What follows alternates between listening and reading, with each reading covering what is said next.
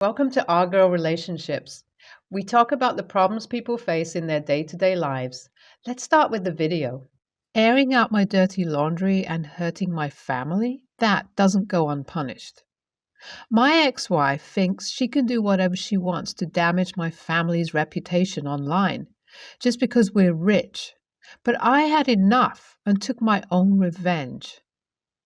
I come from a wealthy family. For generations, we have been in the dairy industry, and currently, we have several farms across the US, and we are planning to branch out into other markets as well.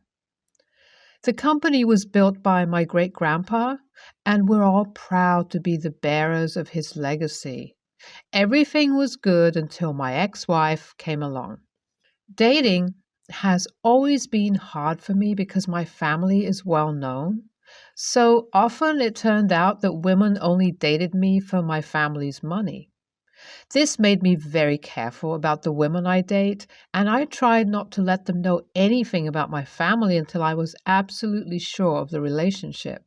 I thought my ex wife was one of the good ones, but I was obviously wrong. After 2 years of dating, we decided to get married. She only met my family after we got engaged, and in my opinion, she handled the situation quite well. I told her that she has to sign a prenup before the wedding, and she said she understood and agreed to it. My family really liked her as well, and I was happy to have found someone who loved me for who I am and not what I have. Everything was going great in the beginning. But our marriage began to have trouble after around the 2 year mark, I think. We had moved back to my hometown shortly after our 2 year anniversary because of the business and my dad wanting to retire. My wife had a job in the city, which she had to leave for this to be possible. I thought my wife was okay with it, and I asked her several times if she was, and she said yes. I think initially she thought she'd be okay with it, but then she couldn't adjust to it. I get it. Country life is not for everyone, but that does not justify the way she acted out. After around 6 months of us moving to my hometown, she began to complain about how she wants to move back to the city. I told her that's not possible because I had already taken up a bunch of new responsibilities. She also started to complain about us being too involved with my family. By that, she meant all the time we spent with my parents, my two brothers, and their families, who also lived in our hometown, but we obviously had our own separate places. And that she's tired of all my family drama. Now, I'm not going to lie, there are some problematic things in my family. My two brothers and I sometimes have arguments about the business. We also have a stepsister. My dad had a kid out of wedlock before he married our mom, who has a troubled life. To protect her privacy, I won't get into details, but I'll just say that she has some financial troubles and dad has been bailing her out of trouble her whole life. This is also a matter of unease in the family. I know we're not perfect, but I still love my family, which is why I don't regret what I did to my ex wife. Coming back to my marriage, I guess she started to resent me for a lot of things. She kept saying she missed her job, which made me feel really guilty. She was also very vocal about hating the countryside, which, to be honest, was hurtful to me. Things were getting too difficult to continue, and we decided that she'll get a part time position at her old workplace and live in the city and our home.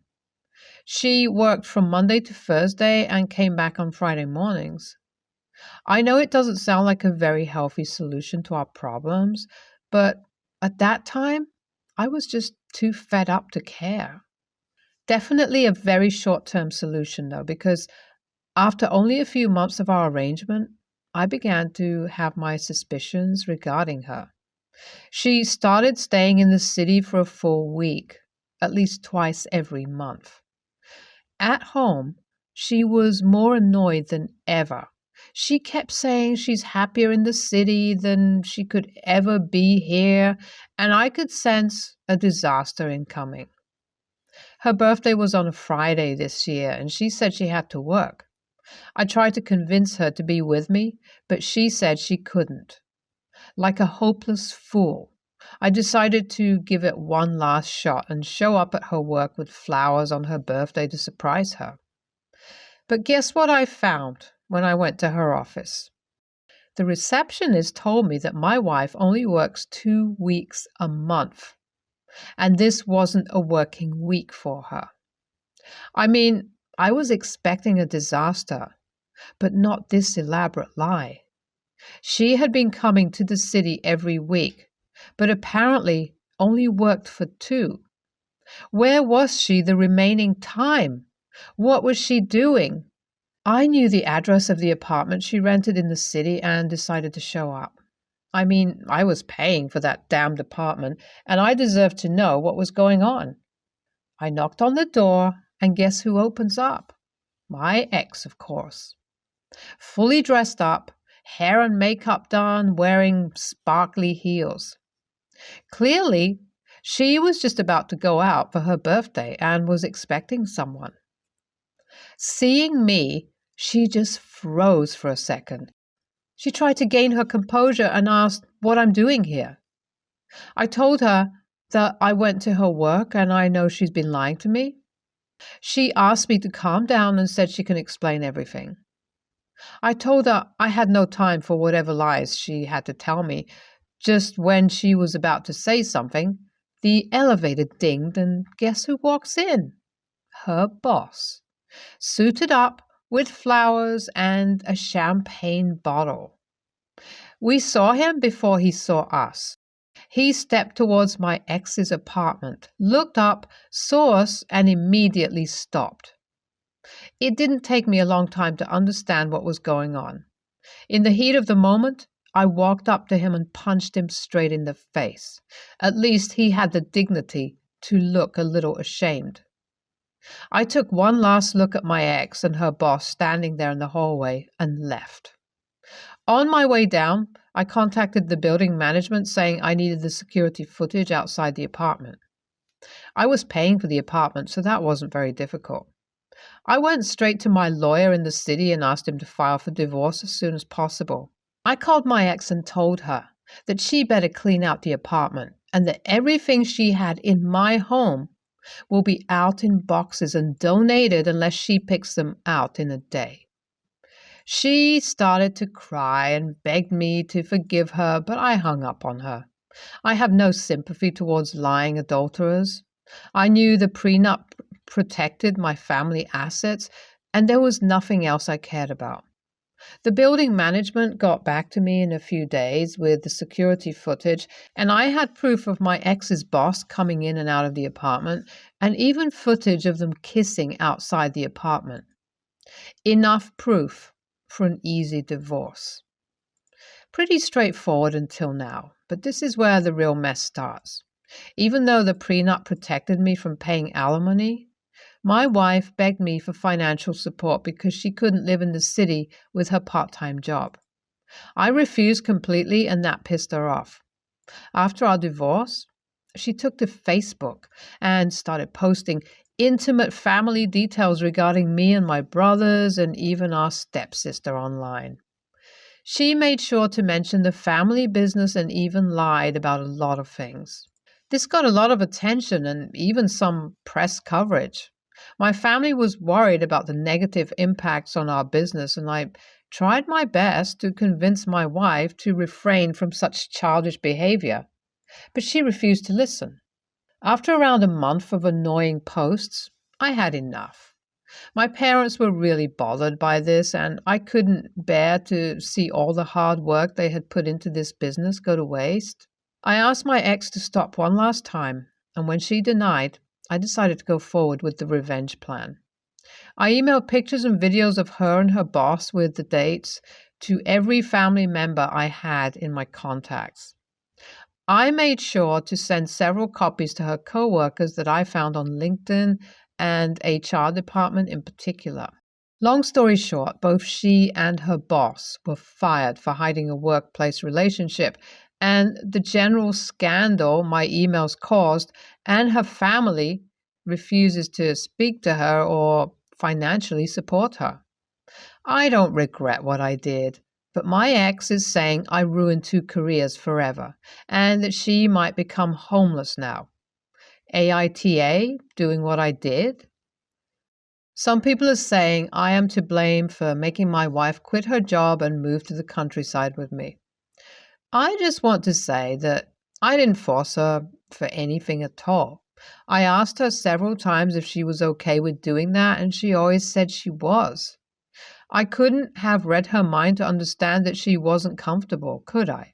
She was free to tell me her preferences, and she didn't. So I think that's on her. I am in no contact with my wife, so I can't tell you what she's up to these days. Sorry to all the people who have been asking me. The last time I saw her was at our final divorce hearing, and I prefer it this way. Also, yes, she has taken down all the Facebook posts, but some damage has been done. My family is particularly upset about my stepsister's problems now being out in the open because that's something all of us had kept very private deliberately. I'm not at all going to name my business, so please stop asking me. I have already said we're in the dairy industry, and that's all the info I'm willing to share. Also, I've gotten some questions about why I didn't commute from the city to our hometown if my wife could do it for her part time job.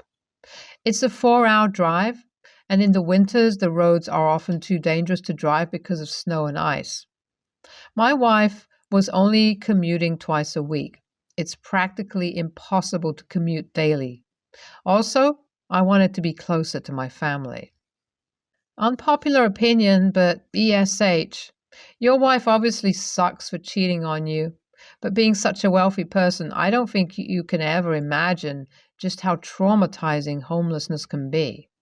You're not paying alimony, which is fine because you got cheated on, but getting her fired and humiliating her in front of her family members and coworkers was too much. NTA, she deserves every bit of it. The woman was literally meeting her lover in an apartment you were paying for. That is disgusting. I'm glad you got both her and her boss fired. They needed to face the consequences of their actions. Julia, 25, female, and I, 25, female, have been friends for years and we both like fashion a lot. Julia is a self proclaimed style dictator and often says my style is boring, but I like it, so I don't care. She's now in her TikTok era, her words. So she's been buying lots of clothes to fit this aesthetic. I think the colorful vibe suits her, and I can tell she feels really confident. I compliment her whenever we go out, and she always appreciates it. As for me, I have been on a no buy since January. It was one of my goals for 2022, and I'm really proud I've stuck to it. Recently, I have rediscovered a love for my skinny jeans. I find them really comfortable, they go great with tall boots, and they keep my legs warm, which is something I struggle with. Well, Julia hates them and doesn't make much of an effort to hide it. She's obviously allowed not to like them, but her remarks got tiring after a while. I started avoiding wearing them around her to avoid having to hear about how they're chuggy and ugly. Yesterday, I met up with a few friends for sushi. Julia doesn't like sushi, so she said she'd sit this one out. One of the guys invited us to his house for board games. He posted it on his story, and Julia DM'd him asking if she and her sister could come. We all said yes. The first thing Julia commented on when she arrived were my jeans. I laughed it off and changed the topic. Later, someone started talking about dinosaurs, and Julia said skinny jeans were also prehistoric. I again changed the topic, but was starting to feel self conscious about my outfit. After several comments about my skinny jeans being ugly and unfashionable, I tried to make her drop it by jokingly saying, "Just because you can't pull them off doesn't mean they're ugly."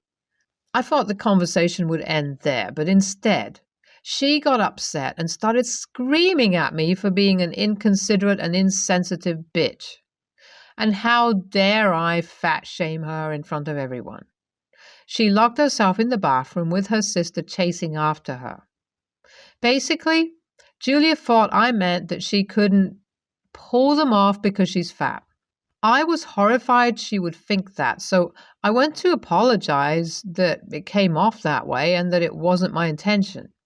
She yelled at me that it was a bullshit apology and to leave her alone, and that being a skinny bitch, I'm not, doesn't give me the right to be fat phobic. I decided to go home to avoid spoiling the evening for the others and because I felt bad for hurting Julia. My friends were saying I shouldn't have left and that she overreacted. I messaged Julia to apologize again and now I'm blocked. I genuinely thought it was obvious that I was referring to style and not her size. I also would never be able to pull off some of the things she wears. I have my own body image struggles, so I would never dream to comment on anyone else's body. AITA? NTA, and you have got to stop trying to make her feel better, apologizing and not wearing what you like because of her. She is not a friend. She's a bully who threw a tantrum because she can dish it out, not take it. Believe me when I say this. She will take and take from you and never give back. She seems very self-centered and a drama queen. Trust me, I had two friends like this. Notice the had. They bullied, mocked, and made me feel bad for everything until I had enough. Listen to your friends. NTA, she can't take the criticisms that she constantly dishes out. Her commentary, consistently centered only on other people's sense of fashion, dictates extreme insecurities of herself. She expresses herself through her clothing, which is great, but she's constantly tearing you down and won't stop about your jeans, like anyone cares. You apologize and explain yourself, and she calls it bullshit and resorts to calling you a skinny bitch. Rethink your friendship. One comment sent her over the edge, while you've had to deal with a barrage of them to the point you altered what you wear around her. I hope she can find someone to talk to because right now her shallow superficiality is overshadowing her behavior toward her friends. My parents were separated for decades but continued to attack one another verbally through their friends and acquaintances, often putting me and my siblings in the middle of their ongoing feud. As the eldest, I was often the one most caught in the middle. My parents pretended to be NC with each other when they weren't fighting via their lawyers, but each would often contact me to just trash the other and then expect me to deliver their toxic messages to the other person. This went on for many, many years. It was exhausting. Periodically, I would lose it and go NC with one or the other of them. But eventually I'd relent and get back in touch because they needed my help with some practical matter or because I wanted my children to have some kind of relationship with their grandparents. And the cycle would continue. My mother recently became very ill and went downhill quickly. I took her into my home and was her caregiver until she died. Until the end, she was very angry with my father, and she explicitly told me she never wanted to see him or speak to him. She became very agitated at the thought that he might visit her and made me promise that I would not discuss her illness with him or permit him to see her if he tried to visit. In spite of my best efforts to keep my mother's illness a secret, as I had promised my mother, my father eventually learned through some mutual acquaintances that she was dying. He then contacted me demanding that I allow him to visit her so that he could achieve closure because she passed away. I explained that she did not want to see or speak to him and that I needed to honor her dying wish. He became furious with me and started yelling and insisting that a final meeting between the two of them was the right thing to do and that I was a bad person and a bad daughter for standing in the way. I told my father that my mother's death was not about him, that I was sorry he would not be able to achieve the closure he wanted, but that I would not be allowing him to come into my home to upset my mother in her dying days. In my mind, it was not my decision to make. It was my mother's alone. My only job was to keep her as comfortable and peaceful as I could. My mother passed away a few days later. My father never achieved the closure he wanted. He is still angry with me for not persuading or forcing my mother to see him when she was dying. I think if he had wanted closure, he had decades to work it out with her before she became ill. AITA? Based on what you say, NTA. Also, your father's anger is very telling. It was never about your mother for him. Even his closure is all about him. Good for you that you honored your mom's wish and prevented yet another drama. My suspicion is that he wanted to have one last dig at her when she was in such a vulnerable position and couldn't fight back. NTA, he had his entire life to get closure. Instead, he chose it to talk shit about her and put you and your siblings in the middle. She explicitly told you as she was dying that she didn't want to see him or talk to him. You were carrying out her wishes. That's kindness, I might add, that a lot of people wouldn't have done since she put you in the middle of their arguments too. He's angry with you because he didn't get his way, so he couldn't have the very last word. I guarantee you'll become the next target of his vitriol because he sounds like a miserable human being.